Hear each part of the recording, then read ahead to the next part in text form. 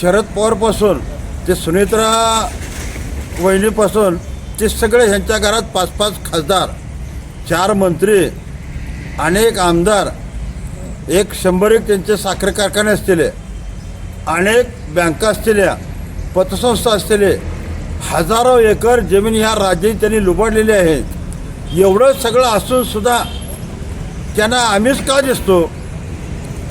PhD काय ते काय अंडूपांडूचा खेळ आहे का? कोणी बी येऊन घ्यायचे. विश्वरत्न डॉक्टर बाबासाहेब आंबेडकरांनी दिलेल्या संविधानाच्या माध्यमातून आम्ही आमचा हक्कानं अधिकार आहे. बाबासाहेब शिका, संघटित संघर्ष करा हा मूलमंत्र दिल्यामुळं आम्ही हे शिक्षण घेतोय. शिक्षण म्हणजे काय खेळ नव्हे. शिक्षण घेण्यासाठी आमचे विद्यार्थी अहोरात्र कष्ट करतात, दिवसरात्र एक करून. बाबासाहेब आंबेडकरांनी 18-18, 20-20 तास अभ्यास केलेला आहे. त्याचा अनुकरण करून आम्ही PhD मिळवतो. आमच्या गुणवत्तेवर PhD मिळवतो.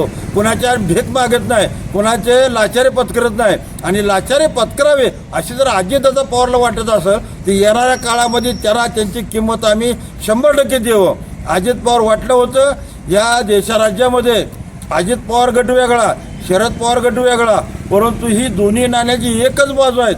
ही माननीय मुख्यमंत्री देवेंद्र फडणवीसला माझी विनंती आहे आणि एक राज्याचे केंद्राचे मंत्री नरेंद्रभाई मोदी यांना आमची विनंती आहे, ही असले बाजारमुडगे आणि नालायक माणसं ही जर तुम्ही एकत्र करत असाल आणि जर मागासवर्गाचा अवमान करत असाल तर ह्यांना वेळेस तुम्ही सावध राहा आणि वेळेस ह्यांना बाहेर काढा.